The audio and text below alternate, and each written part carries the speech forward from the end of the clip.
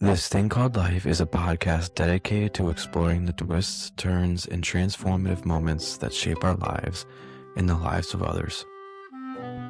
It is a space where we can share our experience so we can learn, grow, and empower change. You're listening to This Thing Called Life. I am your host, Atlas. So there's a few things I wanted to chat about or bring up. One of them was I guess why I wanted to do this podcast, where my intention for the podcast. And there's many reasons, and I feel like the more and more I reflect or think about it, I just come up with more and more reasons. Um, but the few that come to mind were, um, well, one is it's a space for other people. Um, I've had I'm grateful that um, I've worked with and met some remarkable people in this world. Uh, People that are in the medical field and in recovery.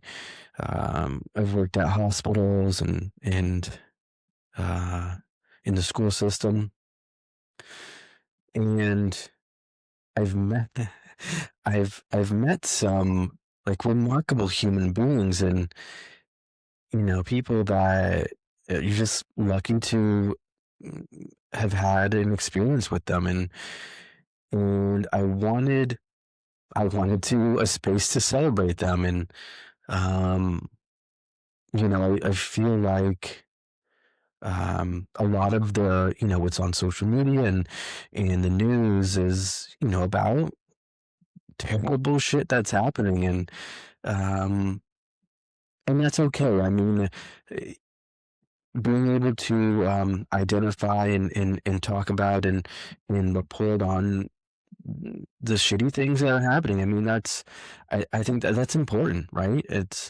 Um, it's important to cover these things and to broadcast them and to share them. But at the same time, I feel like we need to broadcast and share the wonderful things that are happening. And there's every now and then, CBS or some of these stations will, do a little piece on, um, yeah, some of the wonderful things that are happening, and I love watching them. But I feel like I think there's space and there's room for a little bit more. I feel like that's just balance. If we're willing to acknowledge the these traumatic and these yeah, painful things that are happening, we have to be willing to acknowledge the wonderful things that are happening in like on the in an equal way. And um yeah, and I've had the wonderful opportunity to witness some of the wonderful things that happen all the time in our community. And one of them is um I have the opportunity to work with kids at an elementary school, and there's uh just a ton of teachers that work there that are just I mean wonderful wonderful human beings, and um they they show up with such compassion and patience, and they've been doing it for some of them for a long time. You would the amount of compassion and patience that they share, you would think that like they've been doing it for like a year. Because I mean, at a certain point when you're in the service industry and you're whether it's teaching or working as like a nurse or doctor, I mean, eventually you get like burnt out. Um, and you kind of maybe not are as compassionate, which is fine. I mean, those are, you know, indicators of uh, or signs or signals to kind of take a break and to engage in self care. But these, some of these teachers, they have so much compassion and patience for these children, um, that I feel like if some of these parents, um, some of these parents or some of these adults, if they observed these teachers and how they interact and how they hold space for these kids, I feel like if they observed and watched this happen, it would be a healing experience for them. They would it would heal this inner child in them just by observing, how they're treating these children. And I wanted to be able to create a space to celebrate and bring these people on and have them, share a little bit about themselves and to celebrate them. Uh, another um, something else that comes to my mind is some of the nurses that I worked with in the psych ward, and how much compassion and um, how they show up every day, uh, and they show up in a loving and with an amount of acceptance and understanding, and this happens all the time. um, and I wanted to have a space to bring these people on and to sort of celebrate them. And um, one of the people is this woman that I worked with, Dr. Filati, and she's an infectious disease doctor at Johns Hopkins. And there was we had a substance use program, and she, I mean, I just admired the way she carried herself, and she, how much wisdom and how much knowledge she had. Um, you wouldn't know unless you spent some time with her. Meaning, she it was obvious she valued humility and humbleness, and I mean, she would just um, light up a room, and she had this wonderful smile, and you know, you wanted to work with her because she was like a wonderful teammate, um, but you wanted to work with her because she would kind of teach you about life, not by anything necessarily she said, but just like by being an example. And yeah, it was this balance of confidence and power that she knew she had, but also this tenderness and humility. Anyways, I've come across these wonderful people, and I wanted like a space to celebrate them and to kind of, acknowledge the wonderful things that are happening in this world. And the other reason is, I love stories. I think, um, I feel like our stories are some of the most powerful ways we can learn from one another, and we can, um, some of the oldest ways we and most effective ways to learn and to grow and to teach one another. It can be a powerful thing to share our story and to be vulnerable. Um, it's a powerful thing to hear our story in someone else. Uh, when we hear our story in someone else, we kind of, we don't feel as alone, and we can feel um, that where we're at in our life is acceptable, and um, we can feel seen and heard, and uh, but also we can kind of learn from them and to make changes based on their experience. And maybe if I do A, B, and C, then things will kind of change for me as well. So it's in part, I want to create a space for others and to celebrate the wonderful people that, I mean, are a part of our community every single day. I mean, uh, the teachers and the nurses and I mean, it's every day. They're there. They're in your community. They're in your city. And they're in your state. And it happens all the time. And you know, I want to hold space for them to celebrate them and celebrate the wonderful things that are happening in this world, because wonderful things are happening. They happen all the time, and um, we deserve to know uh, these wonderful things that are happening.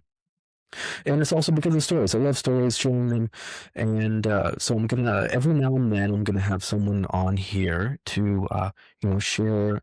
They share their story. They share their turning point in life, and how they got through it, and how they navigated their turning point, their challenge, and so that they can be vulnerable um, and share, and hopefully you can hear yourself in them, and um, maybe learn something about yourself.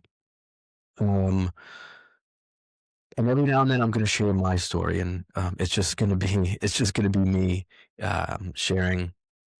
And the one thing I'm going to share before I start sharing about my story is one of the things that I guess that we do is uh, I hand out these stickers that say "You are loved," and we sell T-shirts and that have the logo, this thing called Life logo on it. On the back, it has the phrase "You are loved."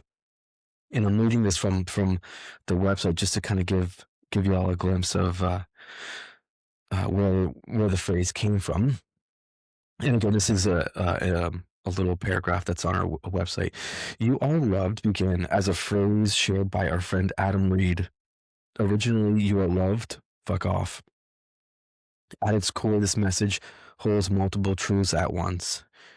You are loved, you are love, and love does not require self-abandonment. We believe compassion and boundaries can coexist, that you can lead with kindness while still saying no thank you to harm, disrespect, or what no longer serves you. This phrase honors the fullness of being human, soft and strong, open-hearted, and self-protective. Love isn't weakness. Love knows when to say. Love knows when to stay and when to walk away. So that's sort of where this phrase "You are loved" comes from, and it's a wonderful message. We pass out stickers and sell the T-shirts that have "You are loved" on the back. They're on the website. Feel free to. There's T-shirts and hoodies. And it's, I liked. I like this for many reasons. Many things can be true at once. Uh, Many perspectives can coexist. Um, and there's not just one truth. I think there are many. I think that it's the truth is there are many truths, um, and I love boundaries. I mean, it's a healing experience uh, to create a boundary, and to also to receive a boundary. It's happened to both parts have happened to me. I know part of my story is being in recovery, and yeah, I've had to, or my family has had to create boundaries, and they've had to say "You are loved, but fuck off." Um, and I mean, that's an important part of how I got sober, um, is, the boundaries. Uh, and when we create boundaries and we say no thank you, and we acknowledge when people are doing and saying harmful things, we're giving them an opportunity to change and grow. Because if people keep on doing and saying things that are causing harm, then, and if no one says anything, then no one's going to change. And so we can say no thank you. We can say acknowledge when people are doing and saying things that are causing harm, and we can do it in a loving way. It's not an either or situation. So it's like but it's an important part of my story, and being in recovery, and I guess to share a little bit about recovery, I mean, the one thing that comes to mind is the I guess the definition or a definition of addiction, which I got from a psychiatrist named Gabor Mate. He is like a pretty well-renowned psychiatrist in recovery and addiction. He worked. I mean, he worked in many capacities, but he worked in I think in a treatment center in Canada, and he wrote a book called "In the Realm of the Hungry Ghost." And I mean, I read it when I was in the psych ward. Part of my story is I was a mess, and I had to be put in a place where I was safe. And when I was in the psych ward, my sister, my oldest sister Megan, she bought me this book, and it's a wonderful book. I encourage anyone to read it, whether your life has been affected by addiction or not.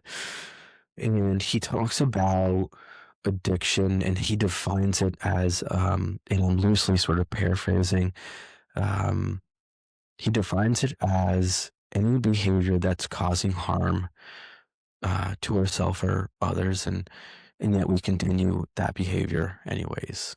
Um, we come to terms, or we have a certain level of awareness that harm is being caused, but we just do it anyway. And when we define it in that way, and I believe that's an appropriate way to define it, when we define it in that way, we capture, I mean, I feel like 90% of the population. I mean, a behavior that is causing harm, and we just keep on doing it over and over and over and over again. I mean, that includes drugs and alcohol. That includes like sex addiction. That includes gambling. I mean, hoarding. That includes codependency, and being in these relationships that just they cause harm, and yet we stay in them. And I mean, that's been a part of my story. Um, there's compulsive buying or shopping. There's all sorts of like addictions and ways that we're causing harm. There's sort of like these harmful attachments that we have to people, places, and things, or even ideas, and they cause harm, but we just hold on to them anyway. And so I really like that definition because it sort of unifies us, and it's I guess it's almost like this blend of our experiences are unique but also the same, and I think both are important to acknowledge. Um, that the addiction of drugs and alcohol is not the same as sex or codependence. I mean, they're different, but they are the same. And I think both are important, and it's important to include the difference, but also the sameness of our experiences. And so that's like a little bit about the definition. And so my story starts. I mean, I guess well before me being in the psych ward, which was quite the experience. Um, I would say it kind of. So when I was in high school, I grew up in South Florida, and I went to a Catholic high school, and I was big into sports, love sports, and in fact, um, I mean, that's where I, had community. I had some sort of purpose. It was a way to cope too. And so that was like a wonderful thing for me to have. And as I got into high school, um, I kind of shifted, and I wanted to have friends and sort of fuck around with my friends more than I wanted to do sports. Um, and that's when I started to explore drinking and smoking pot. I mean, I smoked pot like every day before school. I was the stereotypical. If I wish I could just throw up a photo um, of me when I was in high school. I just long blonde hair. Like I looked like a beach bum. Um, yeah, and I just loved having fun with my friends. And I mean, with pharmaceuticals and pills and doing before school, after school, all the time, and really no consequences. I think that's sort of a part of, um, a part of why sort of things continued. Um, I mean, I had gotten pulled over many times, and like the police just leave. I mean, it's remarkable how much I got away with things. Um, this one time, like this one story will always kind of come to my mind. Um, and this has happened like a couple different times. We were at this like state championship, and of course, there's you know pre gaming and drinking, um, and I was hammered, and one of my friends has this lifted truck, this King Ranch, and he's asking us who wants to drive, and of course, I mean, I'm like, this guy wants to drive, and so I drive, and I'm making like a U-turn, and I mean, there's girls in the bed of the truck with like bottles. I mean, anyone can see that like there's nothing good is happening inside and around this truck. So I'm trying to make a U-turn, and I'm the first car at the light. The I mean, I'm drunk, so my level of awareness is almost none. And the truck is lifted, so I can't see under me. And I don't realize that there's like a median just down below to my left. I think it's just road. So the light turns green, and I want to beat the oncoming traffic. Like I want to hurry up, make the U. But I realize that I'm actually going over the median, and I'm like halfway over it, and I'm like, well, I gotta keep on going. I can't just go halfway. So I make the U, and just going over this median, which is quite frankly kind of easy in a lifted King Ranch truck.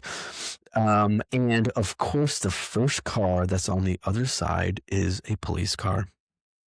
So he pulls us over, and the lights are behind me, and I I'm just thinking I'm fucked, but not in the I'm not really think I'm not really thinking about the ramifications of, like, the legal ramifications.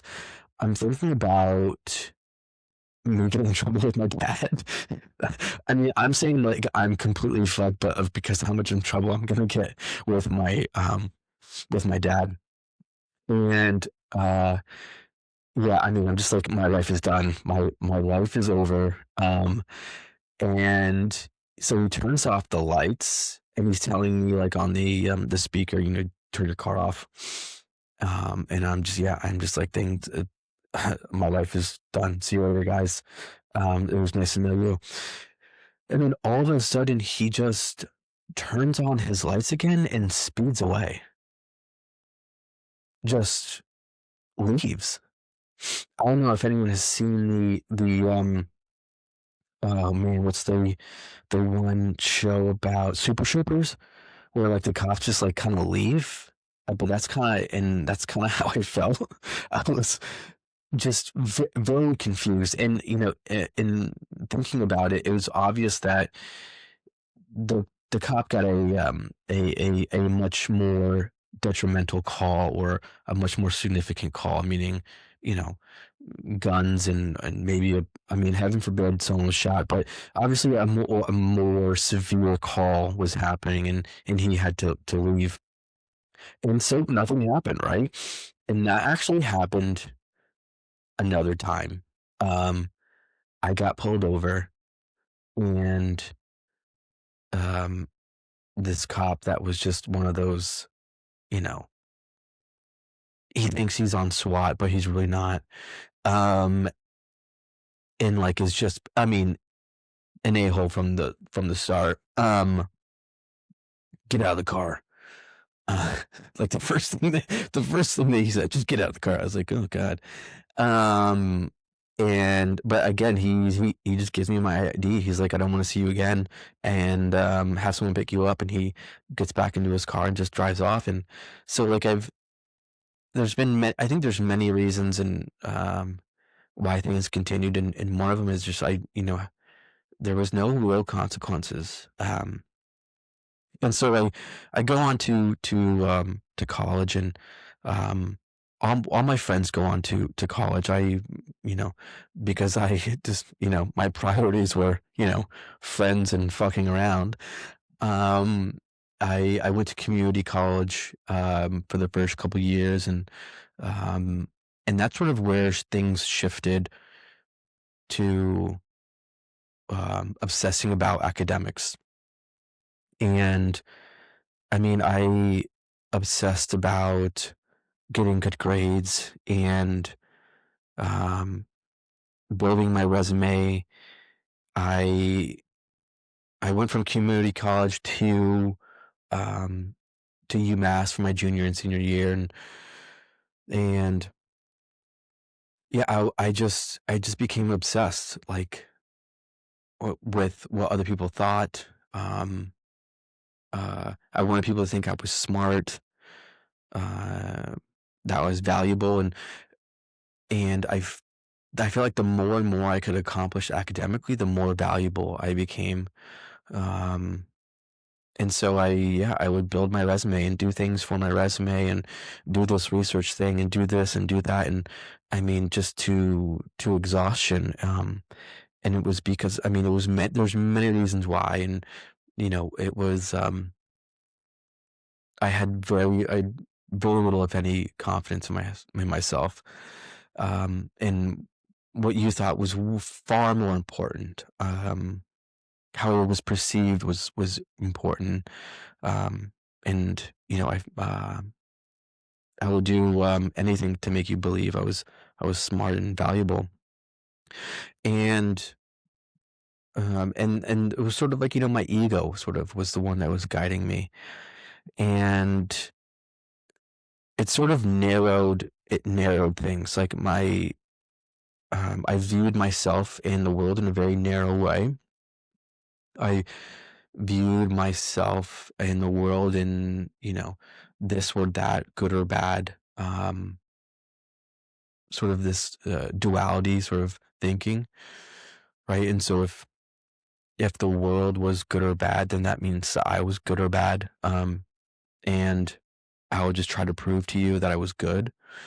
Um, and so I lived like that for like years, and I had terrible anxiety. I would have like panic attacks. I remember like missing my bus. It was just like a bus to, I don't know, CVS or something. And I had like a mild panic attack. I remember everything just closed in on me, and I would use drugs and alcohol to cope, or I would use work. I mean, um, I was using school to forget and to escape my thoughts, because my thoughts were just dreadful, and I would do anything to escape. And whether it was drugs, alcohol, or I would just put my nose in a book. Um, and I would study, because if I was studying, I wasn't thinking about myself, because I thought about myself in a terrible way. Um, and it sort of slowly crept in on me. Um, my thoughts would get worse and worse and worse, and but it happened slowly over time, that I sort of like didn't notice how bad things got. Um, I but at the end of the night, after I would get home from studying, and I would drink some wine. Um, I would have these like suicidal thoughts and like different ways of taking my own life. And it kind of, again, it slowly crept in. And I just kind of felt like, oh, this is maybe what everyone thinks. Um, and this is like natural and normal. Um, but this is how delusional I was, or, um, how terrible my thinking was. I would imagine, I would fantasize about getting hit by a car, and because I desperately wanted to take a break, and rest, and I felt like it was unacceptable to take a break, that you just had to keep on going, that pausing or resting was just completely unacceptable. It had to be keep on going, going, going. You had to be going at 100%. And anyone that would take a break or pause is deemed weak and less than, which, by the way, is absolutely not true. Um, the people that take breaks and are engaged in self care are some of the strongest people. Um, but that's how that's how delusional my thinking was. I felt it was so unacceptable to take a break that the only way that I could justify taking a break is if I got hit by a car and went to a hospital.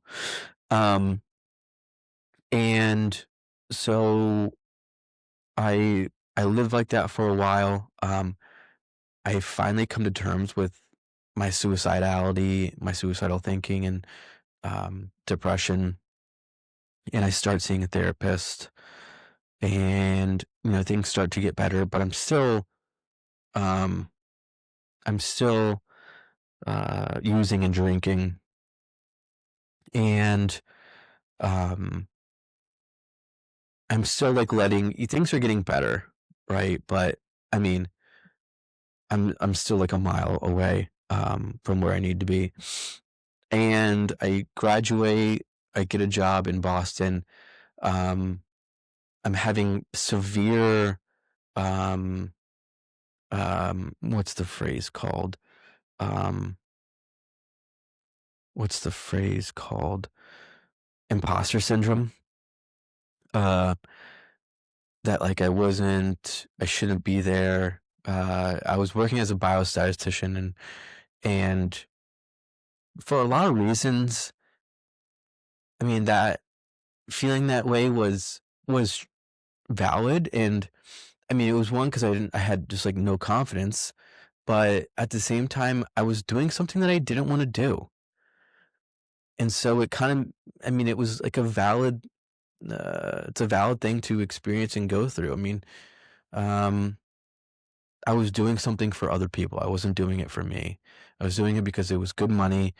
Um, I was working for like in research, and it was because of my ego. It was because I wanted people to think I was smart, and I wanted, it was for money. I could get paid, um, and eventually, things got worse. I started drinking more, and every time I drank, I started using opiates.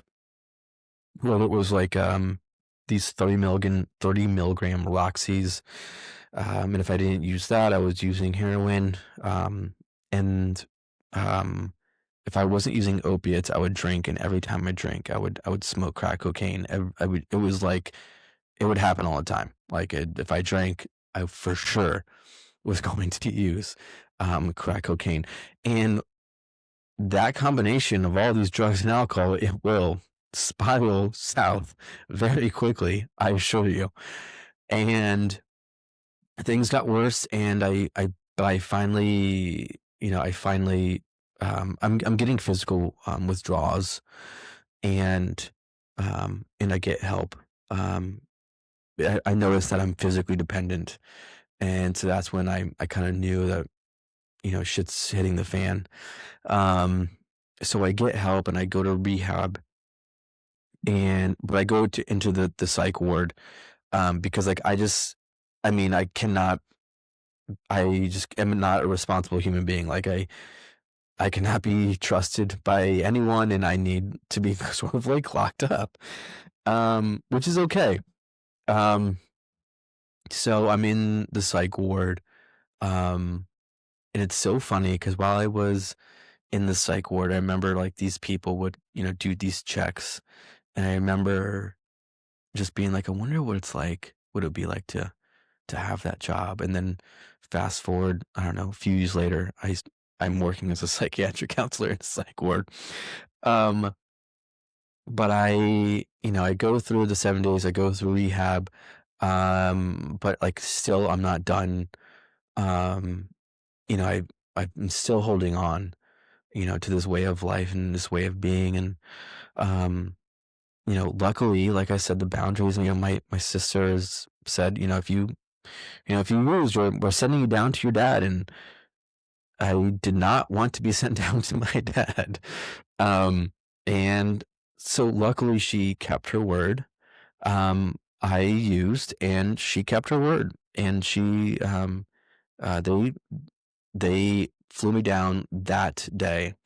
Um, and when I was in Florida, my dad, he, is in, uh, he still struggles or was struggling with alcohol.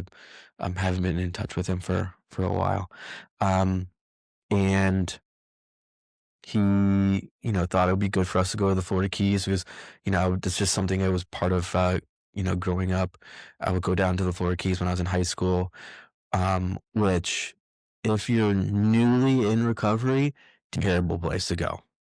I mean, the Florida Keys are you stay away from like um Vegas and the Florida Keys if you're newly in recovery.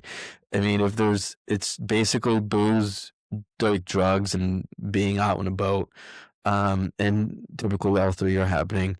Um in high school, we would do all three. I mean, I'm gonna have to share more stories about my adventures in the Florida Keys.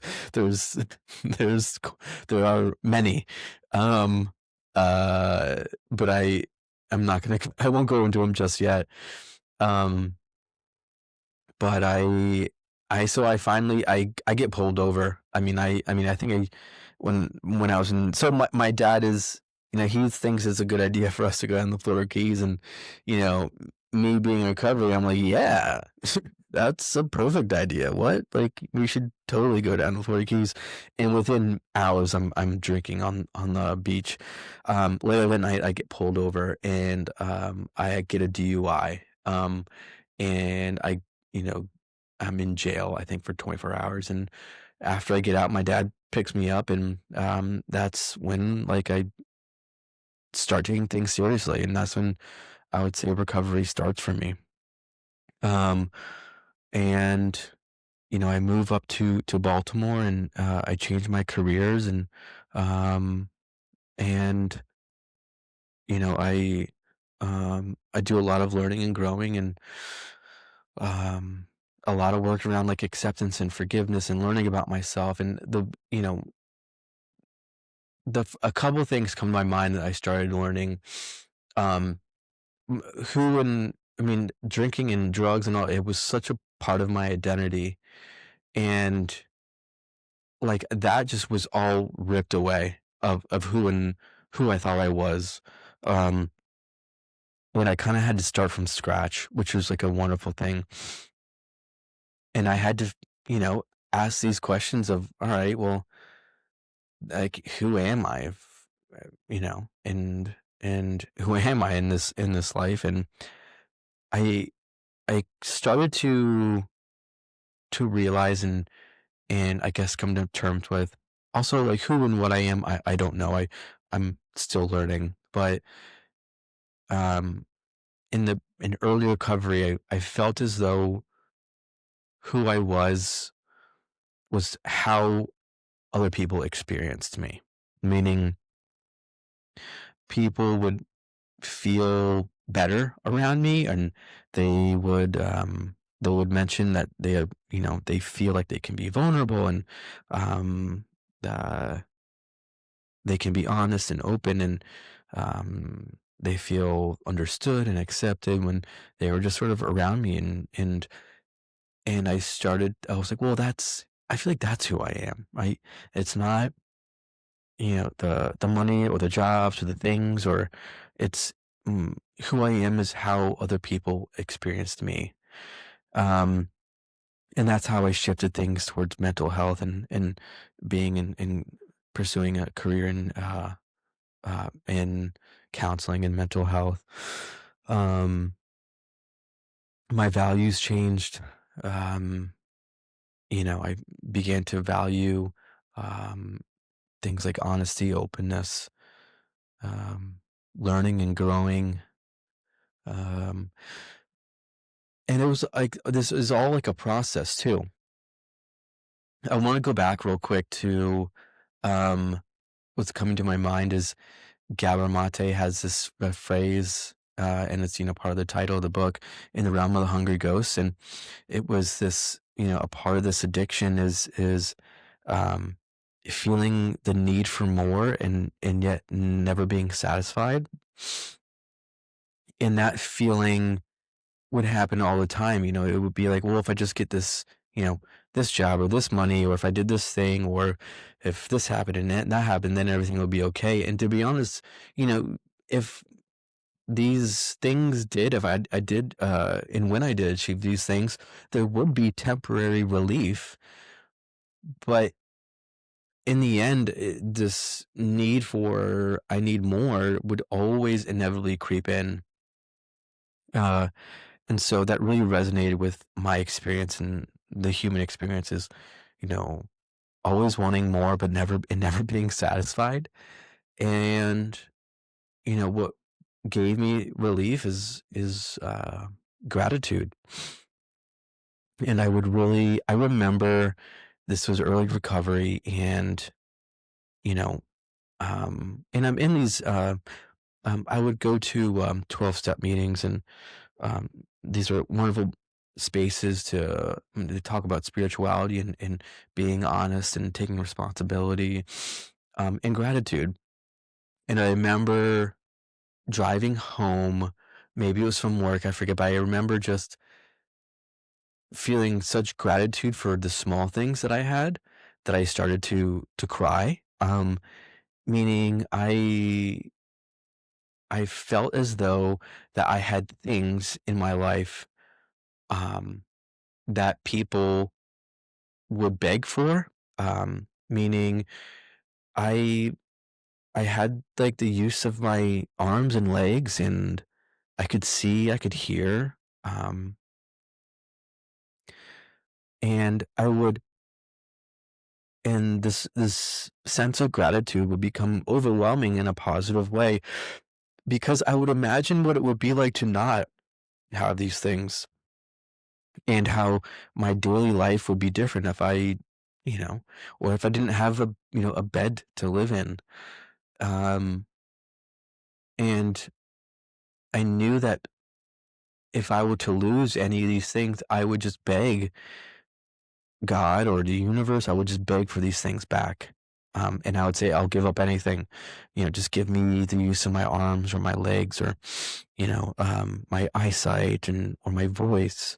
Just give me those things back. And so, but I had those. I mean, I have those things right now. I have things that that people, beg for. And so gratitude started to be a part of my daily life, and I began to realize um, how valuable I was, and I started to build confidence. But at the same time, I admired humility, and I practice humility, and um, I feel as though that we need to build confidence in who and what we are, and humility can get a little easier. And the reason what comes to my mind is I I remember, so when I first started going to meetings, um I mean it's terrified of speaking in front of people for many reasons, many reasons. Um and I remember my sponsor at the time, I will kind of tell him, he's like, "Why don't you speak at meetings?" And I think I did like a speaker, and I'm like shaking nervous, like I'm terrified of this. And he just goes up to me and he's like, "You know, what you have to say is not that important." He, he's like, "No one really cares what you have to say."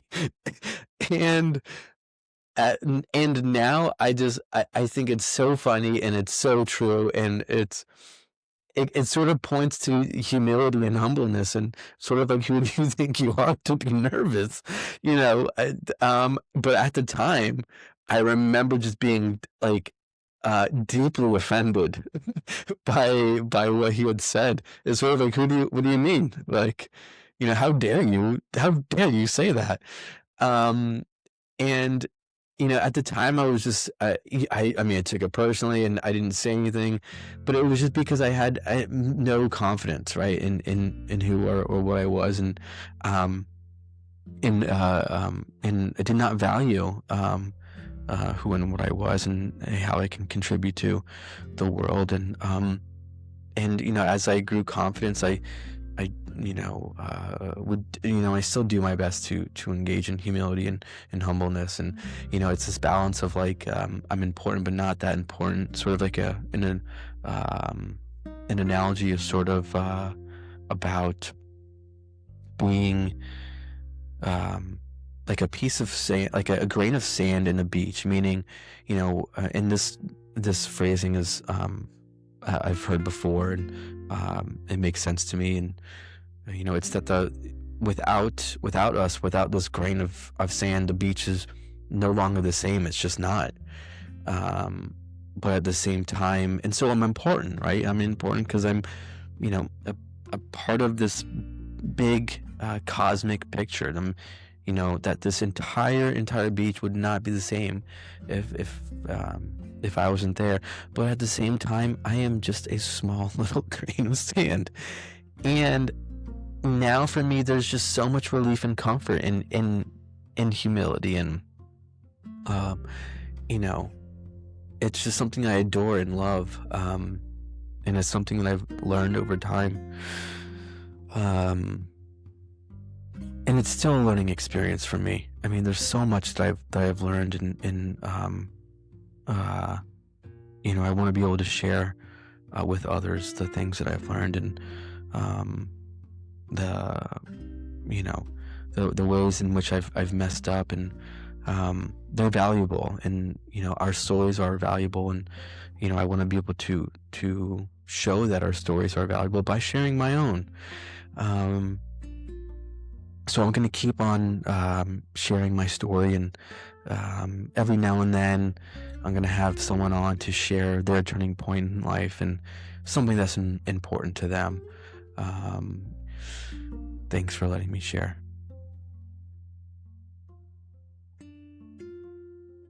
If you enjoyed this episode, you can support the show by liking, sharing, or subscribing wherever you're listening. You can find us online at thisthingcalledlife.center. If you'd like to be a guest on the show, visit thisthingcalledlife.center/contact. Until next time, thank you for listening and being with us on this thing called life.